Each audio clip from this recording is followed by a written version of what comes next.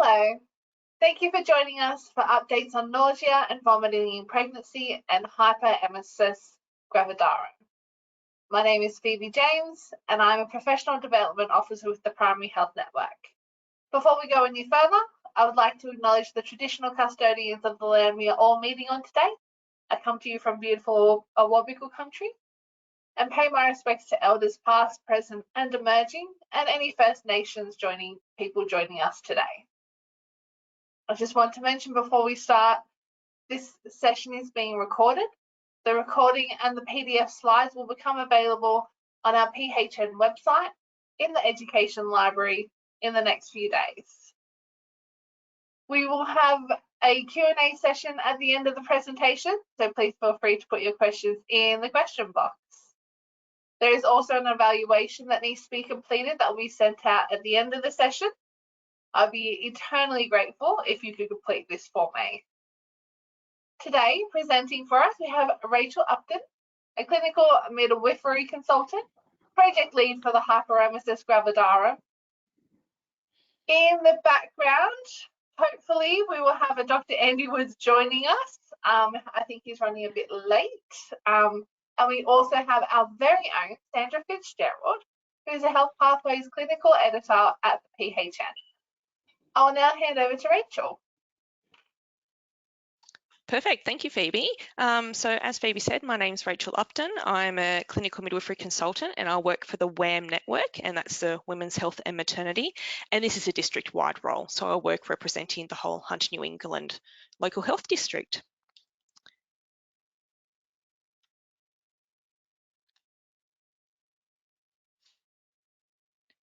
Now, when I get my slides to move, we'll move on. There we go. And just as Phoebe mentioned, I'd just like to mirror that I like to acknowledge the traditional custodians of the land on which we gather on. We honour the ancestors of yesterday, the custodians of today and those of tomorrow. We recognise the continuing connection to land and waters and how culture is held, nurtured and shared. We pay our respects. And like Phoebe, I'm sitting on beautiful Awabakal land. So just as a bit of by way of background, this will probably be no surprise to any of you guys, but nausea and vomiting in pregnancy is estimated to occur in up to 85% of pregnancies. So it's really, really common. And hyperemesis gravidarum is that severe form of nausea and vomiting in pregnancy. The literature says around 1.5 to 3% of pregnant women experience HG. The data that the Ministry of Health has pulled has showed that about 3.5% of women in New South Wales experience HG. So it's a little bit higher than what is actually reported. So nausea and vomiting in pregnancy is those symptoms of vomiting, nausea and or retching in pregnancy that's not related to any other cause. And hyperemesis is that really severe form of that. So it's often unrelenting vomiting. It often involves weight loss and there's other clinical signs of dehydration or starvation, and that can include electrolyte imbalance. And HG is the main cause of hospitalisation in the first half of pregnancy. So as well as having a significant financial impact on the health service, it does have a significant economical cost as well. We know that these women have a lot of missed days of work, and that can cause quite a lot of stress to women and their employees as well. And historically, there's been a lack of universally accepted definition. So how do we distinguish those women that have nausea and vomiting in pregnancy to those women that have hyperemesis gravidarum? And we're going to talk about that today because there is a new diagnostic tool that we're looking at. I've had a lot of people ask me why we're doing this. There has been a significant financial investment from the Ministry of Health. So they're investing $17 million into the way that we care for women with hyperemesis gravidarum. And given that, such a small percentage of pregnant women experience this condition, people, are really having a lot of trouble understanding why there's such a big financial investment. And I will admit that when I first came into this role, I didn't know a lot about HG myself. So I went on a bit of a reconnaissance mission and I went to do some consumer engagement. And what we did is we put out a bit of a call, an expression of interest on the H&E Health Facebook page. And we just asked women to reach out, get in touch and share their experiences with us. And that post absolutely went gangbusters. It had over 400 comments, over 100 shares. We actually had to close it down after 4 days because it was just completely overwhelmed. And during that process, I did catch up with initially 16 women.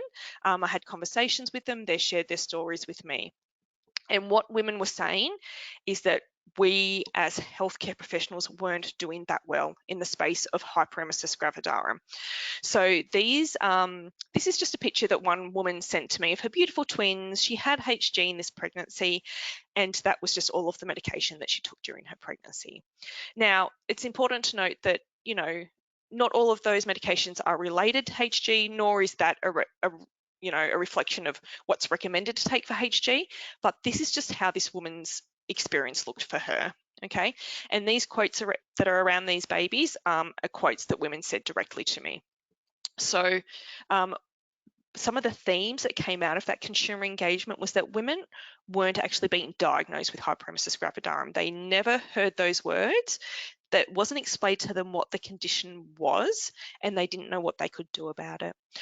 Of the 16 women that I initially spoke to, 2 of those women had had terminations of pregnancy because of the HG, and those decisions were financial. So these women could not afford not to go for work for months on end. They couldn't afford not to pay their rent, pay their mortgage, so they had terminations of pregnancy. So the why is that women care about this. Women are feeling really sort of let down and they're not feeling heard. So that's why we're doing this. We really want to improve women's experiences accessing care for Hyperemesis gravidarum. This is poor Julie. Julie spent many, many months in this position. So the research tells us that about 15% of women who experience hyperemesis have a termination because of this condition. And on top of that 15%, another 37% of women state that they're not going to have any more children because of this. One woman that I did catch up with, I spoke to, she had hyperemesis in her first pregnancy. Her symptoms had subsided in that first pregnancy around about 20 weeks. She thought really carefully about a second pregnancy. She decided that, yes, she would go ahead. Unfortunately, her second pregnancy was a lot worse than her first, and she had symptoms for her whole pregnancy up until the day she gave birth. When we caught up, she had this beautiful 10-month-old baby in the pram next to her, and she said, look, I have my baby, I love my baby, it still wasn't worth it. You know, so that's really big for women to say that. And then those feelings of guilt that come with those thoughts as well, it really weighs heavily on these women. And it's not surprising that many of these women that have HG also meet the criteria for PTSD. So what does it mean for women and our babies? So over the years, there has been conflicting evidence about the adverse outcomes for women and babies as a result of Hyperemesis gravidarum. But in the last 5 to 10 years, there has been significantly large studies showing the adverse outcomes for women and their babies. So this data comes from a 2018 paper that was published, and it looked at 8 million pregnancies in England.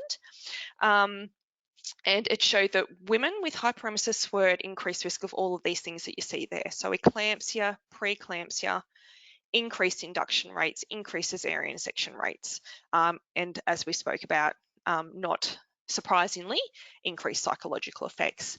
The biggest risk factor for babies are that these babies are growth restricted, so they are born small. So that is the why we're doing it.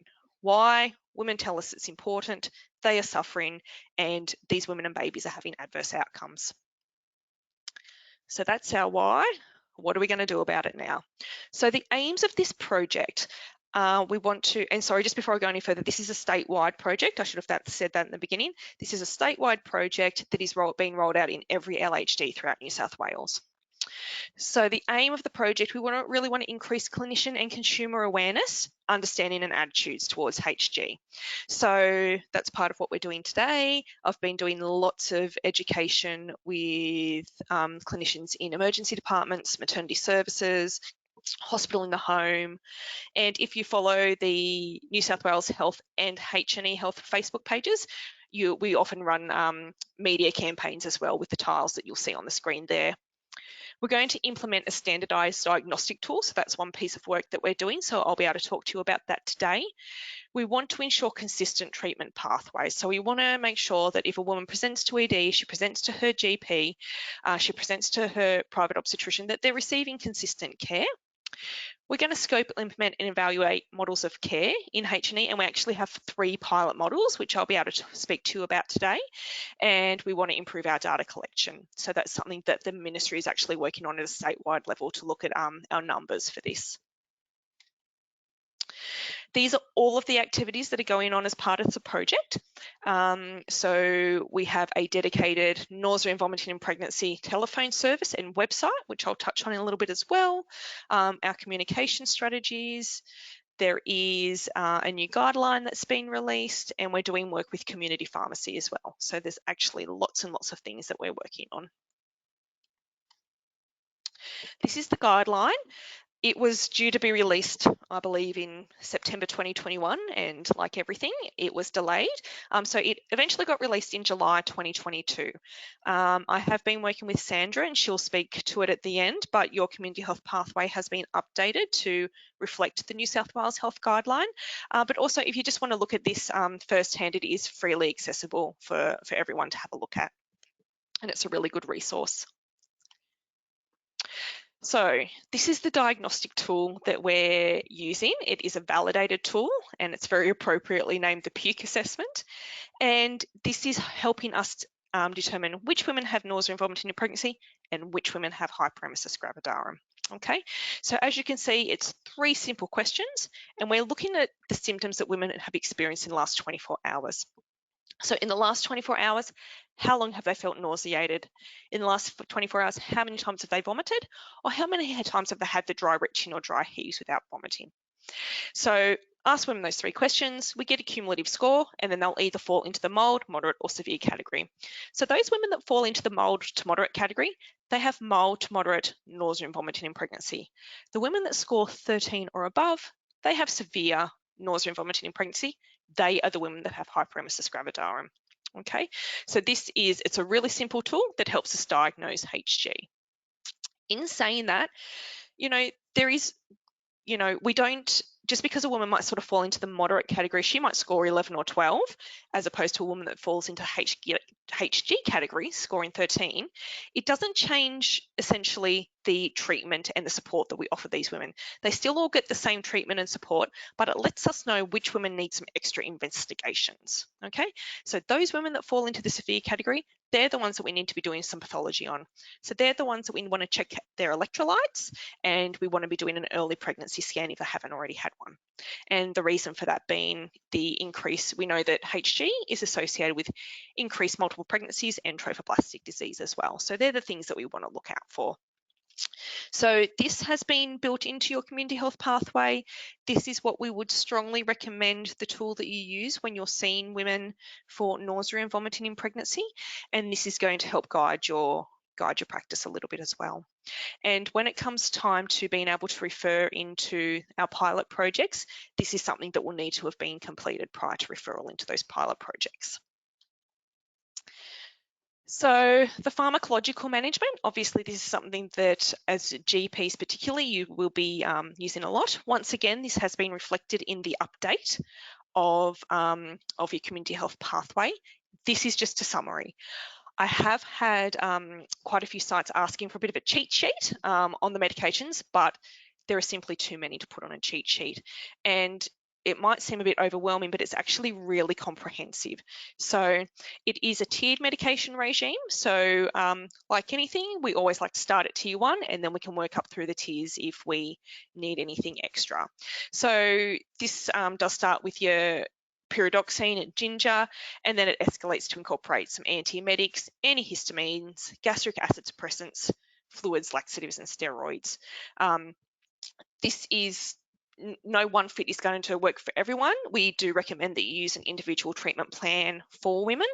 And like I said, we are doing work with community health pathways. So you might have some women that have already we're doing work with community pharmacy. So you might have some women that come to see you that have already been to see their community pharmacist, and they may have already started on things like their doxalamine and pyridoxine. So they might have already started on some tier 1 medications, and then you can work up from there. We do recommend that you get to maximum dose of a medication. If they have some relief from it, that's great. Keep them on that, and then you can add extra things in if required. If you've got to maximum dose of a medication and absolutely no effect, then we do recommend that you cease that one before moving on to the next one. So there's lots of options there, and it's really good for women because we can develop these medication plans in partnership with women, and having lots of options it just gives women a bit of hope that there's somewhere to go. You know, okay, we'll try this now and we'll see how we go. And if we don't get where we need to be, then we can always try something different. So when I did the consumer engagement with the women don't generally have an expectation that we can cure them. They know that we can't cure this, but they just want to feel like we're doing our best and we can offer them something. So I think this is a really good tiered medication regime. This is the management flow chart that you can certainly use in primary healthcare and that we're using in our emergency departments. That education to EDs is still rolling out, but by the end of this project, all EDs should be using this. So during the initial assessment, we recommend that all women have a puke score done.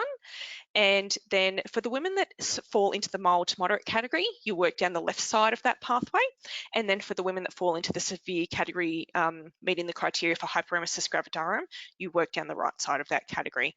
And as you can see there, it prompts you to do the pathology that you need. And as you work down that right side there, if women have electrolyte disturbance and things like that, or they have a significant comorbidity such as type 1 diabetes, they're the women that are probably going to need to be admitted to hospital. If you have a woman that scores 13 or above, their electrolytes are normal. They don't have any significant comorbidities, but they do need some rehydration and a bit of ongoing rehydration and medication management. They're the ones that we want to refer into our pilot projects. So once again, I'll talk about our pilot projects very soon. But this is a really great resource that you can use to guide your practice. This is a really great consumer resource that has been developed by New South Wales Health. It too is linked in your community health pathway and is freely available, so you can print this off and give it to women. It is up-to-date information about hyperemesis gravidarum. It has, on that second page there, it tells women what the differences are between nausea and vomiting in pregnancy and hyperemesis. It also has the puke score, so if you've seen a woman and you've put her on a medication regime, they can monitor their symptoms at home and sort of see how they're going. And apologies, it is a little bit tricky to read, but on that last page there, you will see down the bottom the little symbol for Mother Safe. So Mother Safe have actually expanded their service, and they're now doing a nausea and vomiting in pregnancy and hyperemesis service. So as well as just the medications in pregnancy and lactation, they are offering counselling and support to women experience HG. So it is staffed by trained counsellors and pharmacists, and it's about medications for use in HG and also just some comfort strategies as well. So as you are likely all aware, most of the medications for nausea and vomiting in pregnancy are off-label use. That can cause some hesitancy, sometimes for clinicians and certainly for women as well. So if clinicians or women have any questions about these medications, then they can certainly reach out to Mother Safe. So that's a really good resource there. This is a care plan template. Once again, this is linked in your community health pathway. This is not for us. This is not for clinicians. This is for women. So we really want women to be partners in their healthcare, and this is a great resource that we can use. So if you just sort of fill this out for their medications, essentially, if you start them on, say, if they've started on their doxalamine and pyridoxine, or perhaps metoclopramide, you can document the medication that they've started on. Women can take that with them and carry it. They can document how they've been feeling. And then if you've seen a woman and just say, you know, over the weekend the wheels fall off and she needs to present to emergency department, she can take this with her and she can show the clinicians there, hey, I've been working with my GP. This is what I've already been trying. My symptoms are now worse, and they can sort of continue on the medication regime from there rather than starting from the beginning. So it does give women a little bit of ownership as well. It helps them to feel a little bit of sense of control, and it helps us as clinicians to provide seamless care to women. So we do recommend, I know everyone's pushed for time, but if you do have time to quickly fill that one out for the women, that would be really helpful. So the pilot projects. So we have been successful in receiving funding for 3 pilot projects, and we're actually going to look at 3 different models of care. for women with hyperemesis outside of the ED. So we're looking at 3 different sectors as well. So we're looking at the Greater Newcastle sector, the Hunter Valley sector and the Tablelands sector. And these pilot projects are going to run for 12 to 18 months. And we are looking at doing some research around that as well. So we haven't firmed up that research yet, but we certainly want to look at the outcomes of these 3 different models of care. So the first pilot project is being based out of Maitland. So we have engaged Hospital in the Home. They were really keen to come on board, and we want to provide rehydration services to women in the home setting. So we know that when women are really unwell, getting into hospital is not easy, having to wait around is not great, and then with that comes, you know, the challenges of childcare and all of those sorts of things.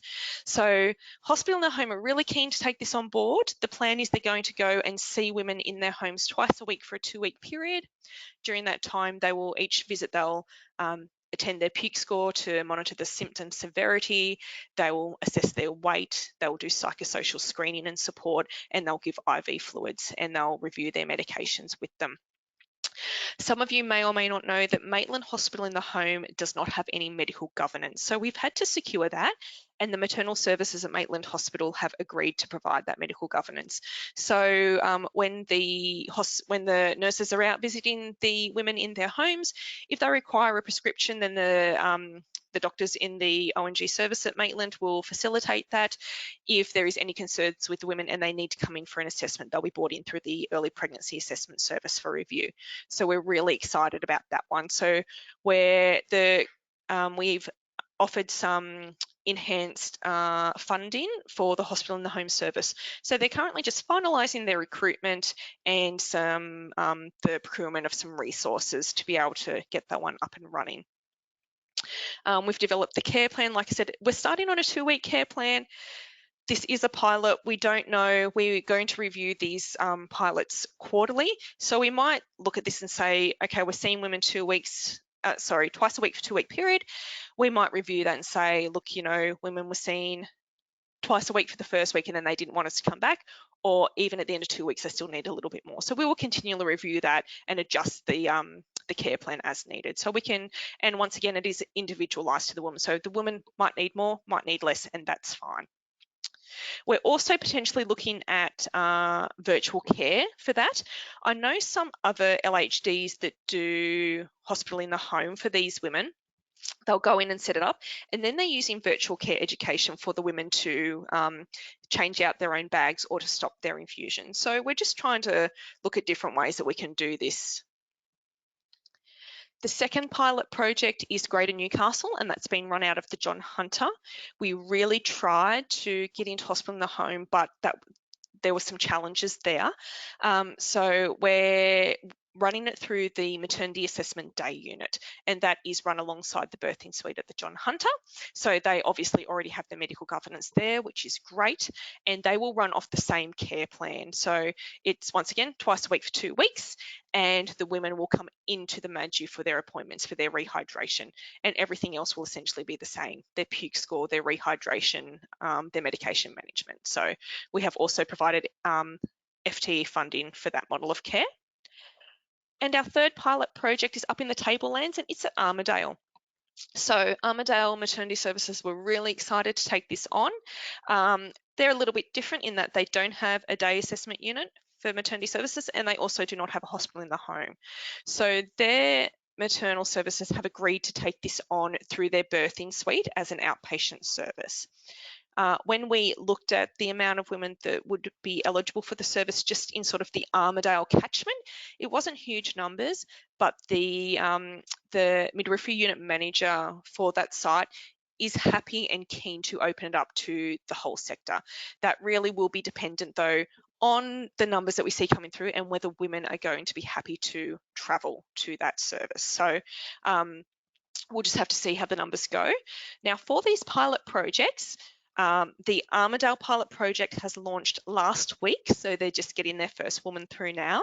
The John Hunter and the Maitland have not launched yet. We're just waiting on a few bits and pieces, like I said, like our recruitment and equipment to finalise.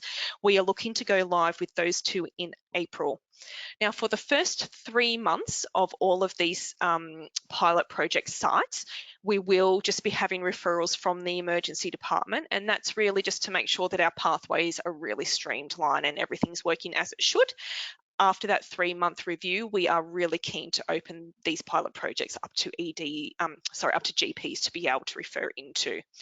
Our goal with these pilot projects is to decrease ED representations by 50%. So we know that there are those women that just go to ED, they just need that rehydration and some medication to get them through that really rough period, and then they're pretty good and they don't rebound back. But what we saw when we looked at the data, so in 2021, there were 590 presentations to EDs in Hunter, New England for nausea and vomiting in pregnancy, and up to a third of those were representations. And some women were representing up to 8 times during their pregnancy for nausea and vomiting in pregnancy. So we're not trying to get all women out of the ED, but it's for those women that need that ongoing support, the ones that kind of keep bouncing back again, that we really want to target and provide that more intensive support to. So that's actually the end of my presentation. These are my references, but as Phoebe said, this will all be available to you. So, sorry. So Phoebe, are you just able to stop showing my screen? So we are available if anyone's got any questions around the guideline or any of the assessment tools or any of the pilot projects. I'd be happy to answer them if I can. Thank you. We have had a few questions come through, and we'll just do those now before I throw over to Sandra, if that's all right. Andrew Woods did end up joining us. Thank you, Andrew. I'll bring him online as well because I'm not sure. We have had a few questions come through, so. Sure, perfect. First being, I've noticed in Australia the lowest dose I can see in pharmacy for pyridoxine is 100 milligrams. The amount required for hyperemesis is much smaller than this, and increased doses are linked with an increased risk of peripheral neuropathy. Do you know which pyridoxine supplement to recommend? Oh, I don't know off the top of my head. Do you know that one, Andy?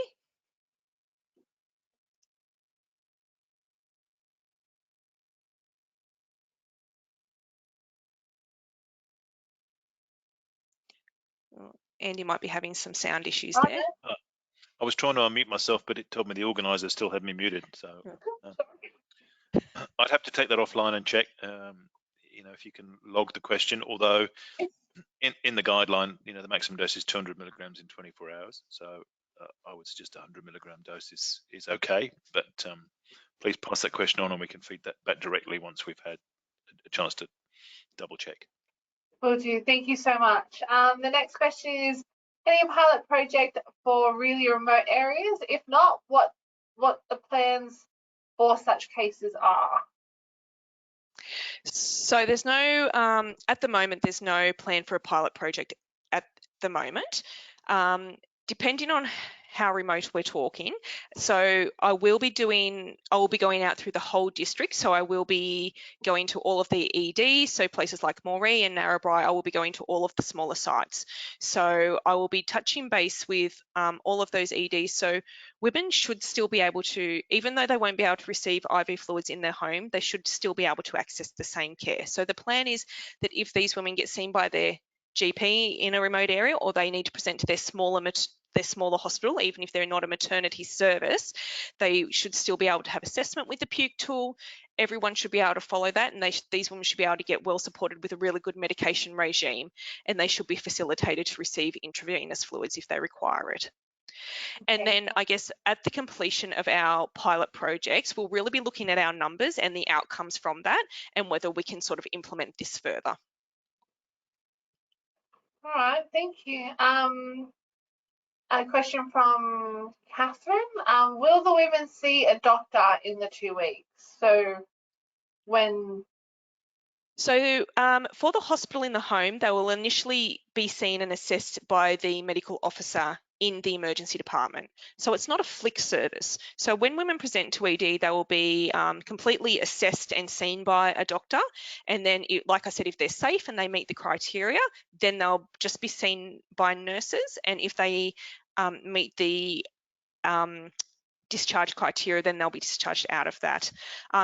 The doctors are there if they need a review at any time, but they won't necessarily see a doctor at each appointment, no. But they will all have a medical review and plan at their initial assessment, yes. Cool. Yep. And the last question that has come through to date, has there been any recent studies with nausea and vomiting in pregnancy and cannabis use? I've had some conversations actually with Deb Lawson, who works for SUPS, so substance use in pregnancy. It is certainly not recommended in pregnancy, and there are some women, there is no evidence to support it, essentially. There's no evidence to support cannabis use for Hyperemesis gravidarum. There is evidence to show that cannabinoidal hyperemesis is a thing in pregnant women. So some women who have been smoking cannabis prior to pregnancy, they continue throughout pregnancy, and they do anecdotally state that it helps with their nausea and vomiting. However, there are women that do get the hyperemesis of the cannabis, so they do get this cyclical, I guess, episodes of severe nausea and vomiting, which is often exacerbated if they do stop their cannabis use, but that is just a short-term exacerbation, and then the symptoms do improve. So there is no evidence to state that cannabis use is effective in hyperemesis, and everything is still certainly not recommending it. It's discouraging the use in pregnancy. Sure. Well, there are all the questions that have come through at the moment. Everyone, please still feel free to keep sending questions through just while Sandra presents. Okay? I think Andy wants to say something there. Apologies. May, before Sandra speaks, may I just say thank you to Rachel for a great presentation, which, you know, underlying that is a great piece of work as the project lead for HG. So thanks, Rachel. And of course, I would also like to congratulate her on succeeding getting 3 pilot projects across the line, and the funding associated with that. And I really hope that the research is fruitful and leads to publications for you and the team. And of course, even though the pilot projects aren't in all areas of our district, Rachel will be, and be providing support for, you know, clinicians in both primary and secondary and tertiary care.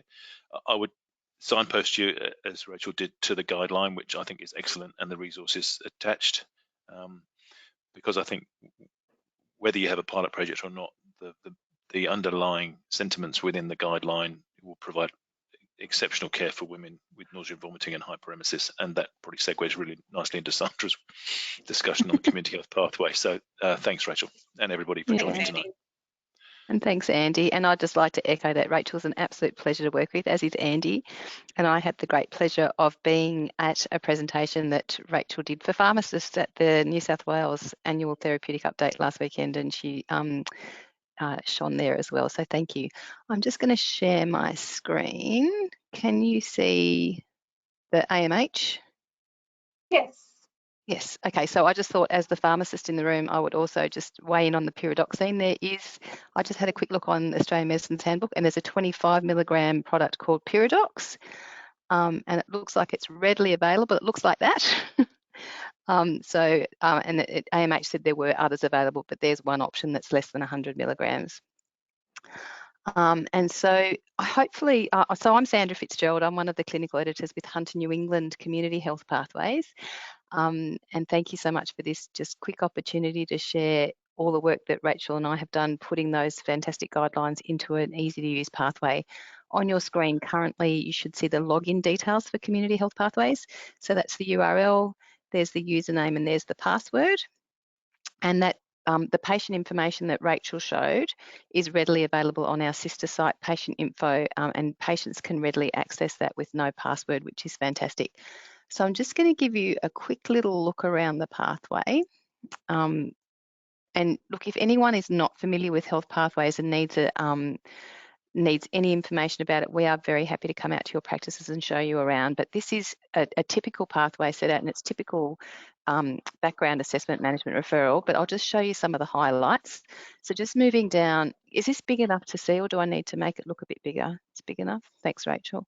So the puke scoring system that Rachel talked about is right there in assessment 2. When you click on that, that gets you straight through to the scoring system that Rachel showed us, and the grading and how to score it. And then, you know, just your usual differential diagnosis, what to do in an examination, watching out for complications, and the sorts of investigations that you might want to do. And this is all basically that guideline that Rachel showed you, distilled down into the usual health pathway format. And then management, as always, goes from most acute to least acute, so who you would consider an emergency department assessment for. And then just the usual general advice for all patients, the non-pharmacological things you would suggest for them, all neatly there just in case you need a little memory refresher while you're sitting with your patient. And that fact sheet that she showed you, the patient fact sheet, to give them. And then the care plan that she showed as well is right there. Oh, where's that gone? There it is. there's a nice care. Anyway, you click on that and you find the care plan. And then you were asking, Rachel, people were asking you for a cheat sheet.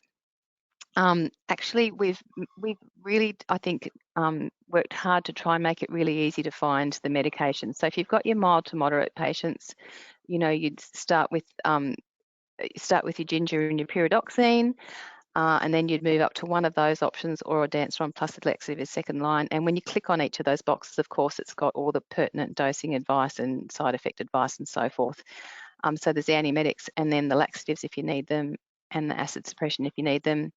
And if you still wanted to go to the guideline, we've hyperlinked it directly through to that screenshot that Rachel showed you, where you've got that the table that she showed. And then going down, just a few more things, and then discussing planning for future pregnancies. And then right down the bottom, we've got in the health professional section, the guidelines that these are based on from New South Wales Health. And of course, as always, the patient information down the bottom. So I encourage you to hop onto the health pathway to have a look. If you've got any feedback, of course, we are always very happy to have any feedback at all, and make any changes as needed. Thanks so much. Are you there, Phoebe? Thank you. It's all right. Have I stopped sharing now? Yes, you've stopped sharing. You're free. Thank you. Sorry, Phoebe, can I just add one thing? Of course, please. Oh, sorry. I just wanted to let everyone know that we will be running some face-to-face functions as well coming up in the next few months. So I'll work with your education team at the PHN to let everyone know, and that will be more around specifically around the pilot projects and referral into those pilot projects. So everyone will be notified when we go live, and it is available for GPs to refer into. So everyone will be aware, but prior to that, there will be some functions coming up. So keep an eye out for that, and feel free to come along and we'll talk you through, you know, just things like the inclusion criteria and how you refer women into these services. Thanks, Phoebe. No, thank you. We spoke about that, so lucky you remembered to add that in. I'm very excited. Just wanted to say thank you for everyone for taking their time to join us tonight. A huge shout out to Rachel. Really, really impressive, really great information. Something I'm personally passionate about. My sister had hyperemesis gravidarum during her first pregnancy, and it was just awful to witness, let alone what she must have been feeling. So really, really, really impressive. Thank you to Andy and Sandra for joining us as well. And thank you for joining us. I know that it's dinner time and family time and not working time, so really appreciate everyone taking the time tonight to join us for this. Look after each other. Thank you. Take care. Thanks, everyone. Thanks, Rachel. Thanks, Andy. Thanks, Phoebe.